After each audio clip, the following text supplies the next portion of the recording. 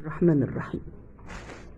الفيديو النهاردة بيتكلم عن الكلمة اللي المصريين دايما بيقولوها بينهم وبين بعض: خالص مالص بالص.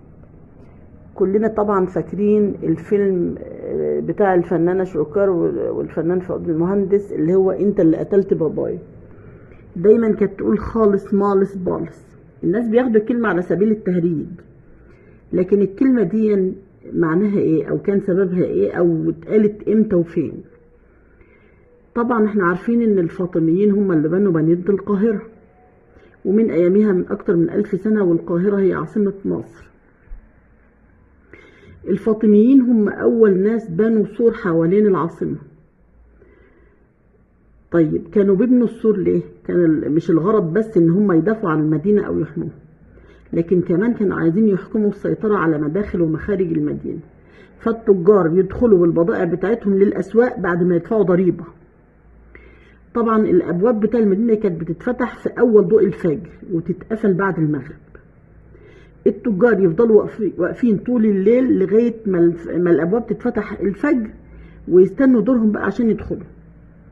وكانوا بقى يبقوا في طبعا جمهرة قدام أبواب المدينة، لأنهم كانوا زحمة جدا في انتظار ان هم يدخلوا. فما كانش حد بيدخل الا لما بيحصل على صك او مخالصه كده بالكامل ان هو دفع عشان القافله بتاعته او التجاره بتاعته دي تعدي، ويقدر يبيع البضاعه بتاعته دي في اي سوق او في اي مكان هو عايزه. لكن في ناس فيبقى هو كده دفع، خد الضريبه خد صك الضريبه خالص. طيب في ناس منهم بقى كانوا بيستكتروا قوي الضريبه دي، فكانوا يعملوا بقى؟ يدوا رشوة للجنود اللي واقفين على أبواب المدينة. الرشوة دي عبارة عن عن بلاص عسل أو مش اللي هو فيه الجبنة القديمة. فكان الجنود بيسمحوا له إن هو يعدي طالما دفع الرشوة دي.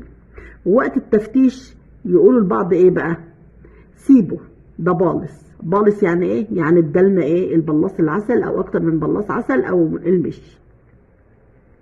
وفي منهم ناس كانت التجارة بتاعتهم صغيرة جدا، يعني حوالي مثلا حمولة جمل او 2 او كده. فكان يعمل بقى؟ والقافلة الكبيرة اللي معدية اللي هي دخلت دفعت الصك بتاعها وخلصت، يعمل يدخل في وسطهم كده سرقة كده عشان ما يدفعش.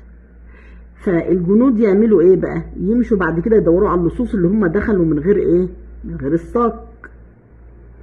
يقوموا يقابلوا واحد زي ده كده، يقولوا له فين الصك بتاع الضريب؟ ده دفع؟ يسألوا بعض بقى: ده دفع؟ يقولوا ده لا خالص ولا بالص، يعني لا دفع الضريبة خالصة ولا دفع البلاص العسل. يقوموا يقول له ده مالص. يعني مالص؟ يعني اتملص من دفع الضريبة. وفي كمان قصة تانية عن حكاية مالص دي.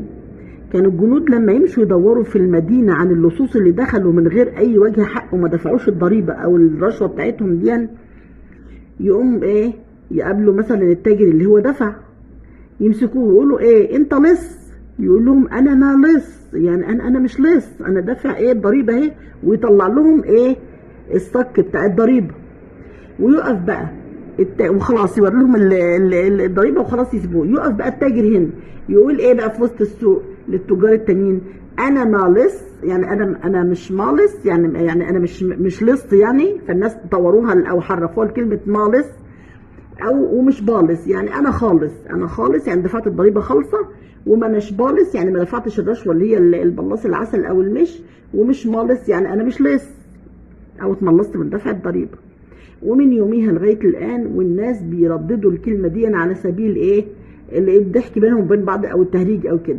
لكن هي دي كانت فعلا قصه مشهوره او حكايه مشهوره من ايام الفاطميين. وهو ده الفيديو بتاعنا النهارده. لو عجبكم اعملوا لايك وشير واشتركوا في القناه. شكرا.